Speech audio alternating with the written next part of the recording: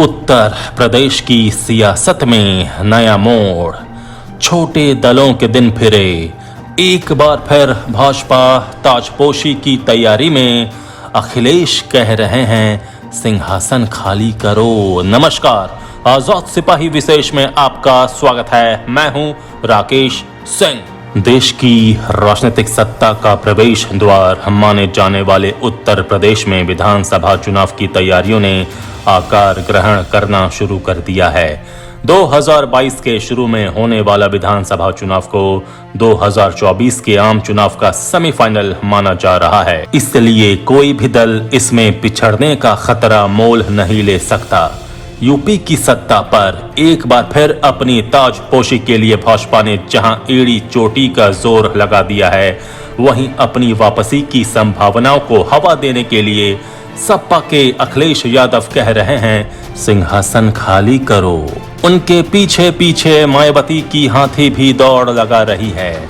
इन सब के बीच कांग्रेस भी बड़ी शिद्दत से यूपी में अपनी जमीन तलाश रही है। महासचिव प्रियंका गांधी ने अभी से लखनऊ में डेरा डालने की तैयारी कर ली है। बड़ी राजनीतिक ताकतों के इस चौकड़ में राज्य के छोटे दलों को शामिल करने की पूरी कोशिश शुरू हो चुकी है, ताकि उनके जातीय वोट बैंक पर कब्जा किया जा सके।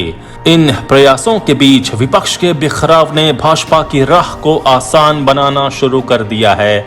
यूपी की सियासत में छोटे दलों के बढ़ते महत्व का विश्लेषण करती आजाद सिपाही के विशेष संवाददाता राकेश सिंह, मतलब मेरी ये विशेष रिपोर्ट। उत्तर प्रदेश यानी 75 जिला, 18 डिवीजन, 821 ब्लॉक, लगभग 59,000 ग्राम पंचायतें, 80 लोकसभा सीटें, 403 विधानसभा सीटें और जनसंख्या लगभग 24 करोड़।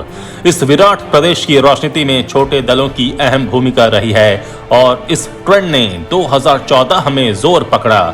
2014 के लोकसभा चुनाव में अमित शाह ने उत्तर प्रदेश में छोटे दलों का महत्व समझा और अपनी राजनीतिक सूझबूझ से जो सामाजिक समीकरण बनाया, उसके बाद से उत्तर प्रदेश में छोटे दलों की डिमांड अचानक से बढ़ गई।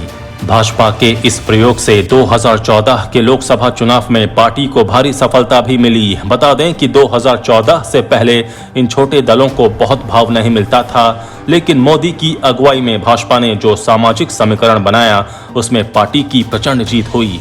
भाजपा और खासकर अमित शाह और योगी आदित्यनाथ की इस रणनीति को भांपते हुए समाजवादी पार्टी के अध्यक्ष अखिलेश यादव भी इस राह पर चल पड़े हैं कि कैसे छोटे दलों को अपनी ओर आकर्षित किया जाए। अपना दल की अनुप्रिया पटेल, सुहेल देव भारतीय समाज पार्टी के ओम प्रकाश राजभर, निषाद पार्टी के संजय निषाद, राष्ट्रीय लोक दल के जयंत चौधरी, महान दल के केशव देव मौर्य, जनवादी पार्टी के संजय चौहान की जातिगत पकड़ और शिवपाल यादव और चंद्रशेखर आजाद की अपनी तरह की राजनीति उत्तर प्रदेश में भारी उठापटक की गुंजाइश रखती है। इसी गुंजाइश को ध्यान में रखते हुए यहां भाजपा ने अपना दल स और निषाद पार्टी से गठबंधन करने का मन बना लिया है। वहीं सपा, राष्ट्रीय लोक दल, महान दल और जनवादी पार्टी से गठबंधन करने की चुकत में है। यहां बसपा की मायावती और AIMIM के असदुद्दीन ओवैसी भी संभावनाएं तलाश रहे हैं। अगर बात करें सुहेल देव समाज पार्टी की, तो 2017 में ये पार्टी भाजपा के साथ थी। उसके बाद गठबंधन तोड़ 2019 के लोकसभा चुनाव में अकेले मैदान में उतरी, लेकिन उसे कोई फायदा नहीं हुआ और न भाजपा को कोई नुकसान। उसके अध्यक्ष ओम प्रकाश राजभर अब 2022 में अखिलेश के साथ साइकिल की सवारी करने की तैयारी कर रहे हैं। संभावना है कि 9 जुलाई तक ओम प्रकाश राजभर की पार्टी और अखिलेश यादव मिलकर चुनाव लड़ने की घोषणा कर सकते हैं। ओम प्रकाश राजभर का कहना है कि 9 जुलाई 2017 को ही भाजपा के साथ गठबंधन हुआ था और विधानसभा चुनाव में उसके नैया हमने और कुछ छोटे दलों ने मिलकर पार लगाई थी। आने वाले 9 जुलाई को हम उसे सबक भी सिखाएंगे, अखिलेश के साथ जाएंगे।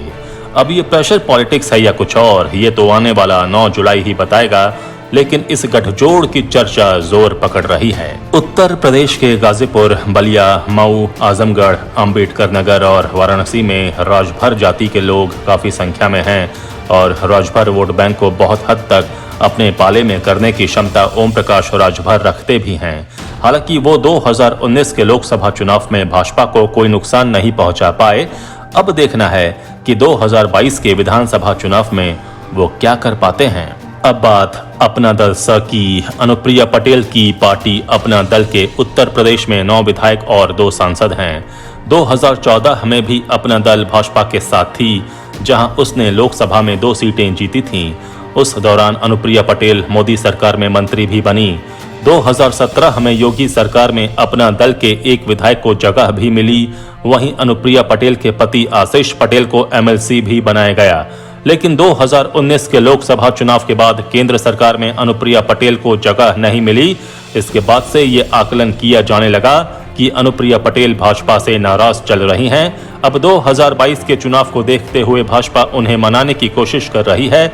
इसके मद्देनजर भाजपा ने जौनपुर और सोनभद्र में 2 जिला पंचायत अध्यक्ष की सीट अपना दल को दिया है। अभी कुछ दिन पहले अमित शाह से मुलाकात करने अनुप्रिया पटेल दिल्ली भी गई थीं। केंद्रीय गृह मंत्री अमित शाह ने मुख्यमंत्री योगी आदित्यनाथ के साथ ही अपना दल की अध्यक्ष सांसद अनुप्रिया पटेल और निषाद पार्टी के अध्यक्ष डॉक्टर संजय निषाद से उत्तर प्रदेश की जमीनी हकीकत जानने की कोशिश की। दोनों नेताओं ने अपने अपने समाज की यूपी में की जा रही अनदेखी का मुद्दा उठाने के साथ ही जिला पंचायत चुनाव में अनदेखी की बात सामने रखी थी। अगर अनुप्रिया पटेल की पार्टी अपना दल की राजनीतिक हैसियत देखी जाए तो मिर्जापुर, वाराणसी, सोनभद्र, प्रयागराज, अंबेडकर नगर, बांदा, चित्रकूट, प्रतापगढ़, श्रावस्ती, सिद्धार्थनगर जिले में इसकी जड़ें काफी मजबूत है। उत्तर प्रदेश में 5% कुर्मी वोटर हैं। अनुप्रिया पटेल ही वो चाबी हैं जिससे भाजपा कुर्मी वोटरों को साध सकती है। यही कारण है कि एक बार फिर भाजपा अपना दल के महत्व को उत्तर प्रदेश की राजनीति में अच्छी तरह समझ भी रही है।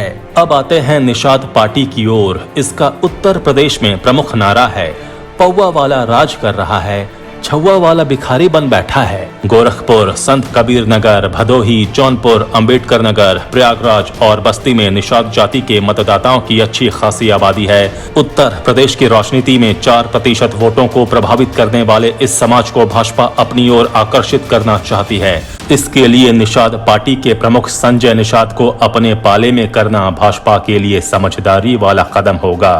अपने महत्व को संजय निषाद भी बखूबी समझ रहे हैं और उप मुख्यमंत्री के पद की मांग भी उन्होंने कर दी है। हाल के दिनों में अमित शाह, योगी आदित्यनाथ और केशव प्रसाद मौर्य से मुलाकात की उनकी तस्वीर खूब वायरल भी हुई। संजय निषाद की पार्टी 2019 के लोकसभा चुनाव में भाजपा के साथ थी और संजय अपने बेटे के लिए राज्यसभा की सीट की फरमाइश भी कर चुके हैं। उनकी चाहत है कि उनके लखते जिगर प्रवीण निषाद केंद्र सरकार में मंत्री बन जाएं। मतलब दोनों हाथों में मलाई। ऐसे में मोदी कैबिनेट में जो विस्तार होने वाला है उसमें उत्तर प्रदेश के चुनाव को भी ध्यान में रखा जा सकता है। चलिए अब कमल से निकलकर साइकिल की ओर चलते हैं। 2017 में कांग्रेस और 2019 में बुआ बबुआ के गठबंधन के बाद अब सपा छोटे दलों को अपने पाले में करने की ओर कदम बढ़ा चुकी है। भाजपा की अपना दल को फिर से अपने पाले में करने की कोशिश के बीच अखिलेश यादव ने परिस्थिति को भांप लिया और अनुप्रिया पटेल की छोटी बहन पल्लवी पटेल को अपने पाले में किया। हालांकि पल्लवी पटेल की अभी राजनीतिक पकड़ मजबूत नहीं हुई है, लेकिन घर का भेदी तो लंका ढाता ही है। इसका जवाब देने के लिए भाजपा ने मुलायम सिंह की एक बहू को अपने पाले में कर लिया है। अखिलेश यादव की इन दिनों राष्ट्रीय युवा लोकदल के अध्यक्ष जयंत चौधरी से नजदीकियां चर्चा बटोर रही हैं।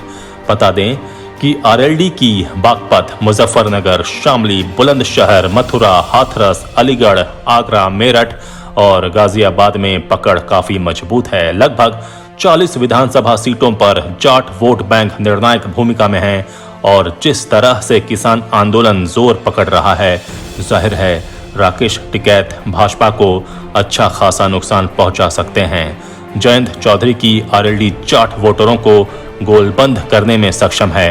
हालांकि 2014 के लोकसभा, 2017 के विधानसभा और 2019 के लोकसभा चुनाव में जाट मतदाता आरएलडी से दूरी बनाए हुए थे, लेकिन किसान आंदोलन अब भाजपा का खेल बिगाड़ सकता है, क्योंकि किसान आंदोलन में जाटों की संख्या को नजरअंदाज नहीं किया जा सकता। यही कारण है कि अखिलेश यादव जयंत चौधरी के साथ गलबहियां डाल चुके हैं। वहीं महान दल के साथ सपा का गठबंधन हो चुका है और जातीय आधार पर यह दल उत्तर प्रदेश के कई जिलों में अखिलेश को लाभ पहुंचा सकता है। अब बात अखिलेश यादव के चाचा शिवपाल यादव की। शिवपाल यादव ने भी कह दिया है कि अगर सपा उनसे बात करना चाहती है तो उसका स्वागत है और योगी को हराने के लिए वो अखिलेश के साथ गठबंधन के स्तर पर भी बातचीत कर सकते हैं। संजय चौहान की जनवादी पार्टी से भी अखिलेश यादव गठबंधन कर रहे हैं, जो बलिया, आजमगढ़, मऊ, गाजीपुर, चंदौली, जौनपुर में बहुत दम रखती है और पासा किसी भी पार्टी की ओर पलटा सकती है। अब एक और पार्टी है जिसका नाम है आजाद समाज पार्टी, जो भीम आर्मी वाले चंद्रशेखर आजाद ने बनाई है। उनका भी उत्तर प्रदेश की राजनीति में कुछ जिलों में ही सही मगर ठीक ठाक पकड़ है। ऐसे ही बहुत से छोटे छोटे दल हैं जिन्हें सपा और भाजपा अपनी ओर आकर्षित करने में लगी है। विधानसभा चुनाव की तैयारी में बसपा भी उतर चुकी है। मायावती कह चुकी हैं कि इस बार वो अकेली ही हाथी की सवारी करेंगी। उन्होंने असदुद्दीन ओवैसी की AIMIM से समझौते की बात को खारिज कर दिया है। वहीं कांग्रेस भी अपने बलबूते यूपी में अपना पैर पसारने की तैयारी कर चुकी है। प्रियंका गांधी जल्द ही लखनऊ को अपना नया ठिकाना बनाने वाली हैं। कुल मिलाकर उत्तर प्रदेश में विधानसभा चुनाव की तपिश फिजा में तैरने लगी है। चुनावी रण क्षेत्र में उतरने के लिए बड़े दल अपने को और मजबूत करने के इरादे से छोटे दलों के सामने चारा फेंक चुके हैं। छोटे छोटे दल भी अपना चोंच मारने लगे हैं। जाहिर है उन्हें जहां ज्यादा राजनीतिक चारा मिलेगा वे अपना चोंच वहीं मारेंगे। ये छोटे दल अब चारा भी ज्यादा मांग रहे हैं। पहले मंत्री पद से उनकी तमन्ना पूरी हो जाती थी, अब हर दल उप मुख्यमंत्री पद की डिमांड कर रहा है। आजाद सिपाही में अभी इतना ही। आप हमारे इस YouTube चैनल को जरूर सब्सक्राइब करें। धन्यवाद।